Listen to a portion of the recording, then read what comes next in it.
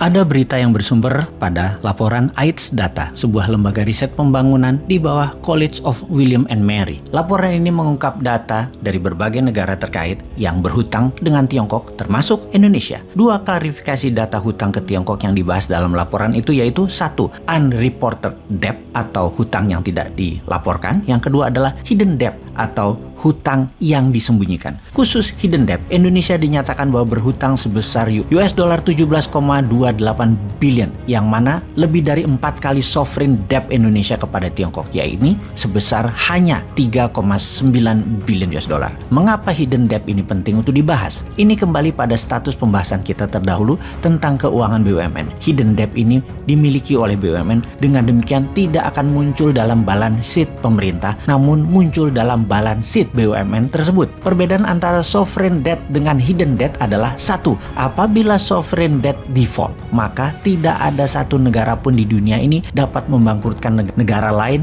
karena sovereign debt ini. Biasanya menyelesaikannya dilakukan dengan revolving hutang dengan tenor dan bunga yang baru, atau diselesaikannya oleh IMF dan World Bank. Lain halnya dengan hidden debt. Jika default, maka satu, pertama, ditawarkan kepada pemegang saham mayoritas BUMN, yaitu pemerintah, untuk membayar debt ini, dan dua, jika tidak tersedia maka aset diambil, dan jika tidak cukup maka aset-aset pemerintah lainnya ikut disita. Ingat, ini bedanya ya. Inilah bahaya hidden debt. Garuda, PLN itu berpotensi hilang aset atau diakuisisi asing. Memang pejabat BUMN membantah bahwa hutang-hutang ini tidak dipublikasikan secara transparan kepada publik dengan merujuk pada laporan Bank Indonesia. Tetapi maksud hidden debt dalam penelitian ini lebih kepada tidak dimuatnya hidden debt ini di balance sheet pemerintah. Karena tetap saja pemerintah berpendapat bahwa penyertaan modal pemerintah dalam BUMN itu bukan fiskal. Ini aneh sekali. Ya, tapi namanya juga lagi berkuasa.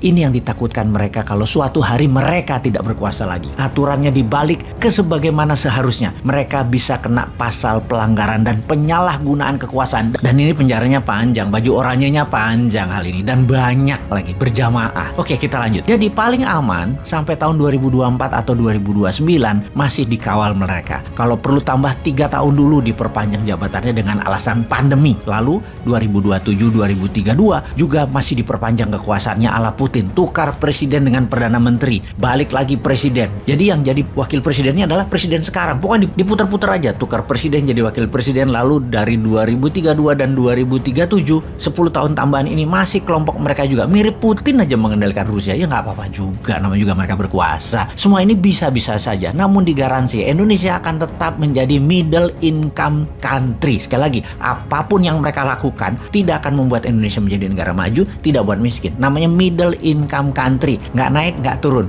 Ya udah, kalau rakyat emang senang begitu, pilih aja mereka lagi. Tapi kalau mau maju menjadi superpower, pilih new mind. Sekali lagi, Indonesia dibuat tidak kaya dan dibuat tidak miskin, tetapi pejabat dan oligarkinya kaya raya melintir-melintir. Baiklah, kita kembali ke topik hutang disembunyikan dari APBN. Pada prinsipnya, ekonom barat tetap berpendapat hutang Tiongkok yang tidak dipublis atau hidden debt digolongkan kepada fiskal dengan istilah kuasi fiskal. Kuasi fiskal ini saat ini menjadi pertanyaan. Yang nanggung negara kok dibilang tidak ditanggung sih? Oh, kalau diangkat atau dimasukkan APBN menjadi hutang negara, maka akan tercatat hutang negara dari PDB bisa membuat pemerintah saat ini di-impeach dan bisa dicopot di tengah jalan karena melebihi batas hutang. Wih, jangan sampai terjadi begitu deh. Oke deh, kita sambung untuk menyaksikan video lain lagi yang bisa menjadi pelajaran buat Anda semua. Terima kasih sahabat.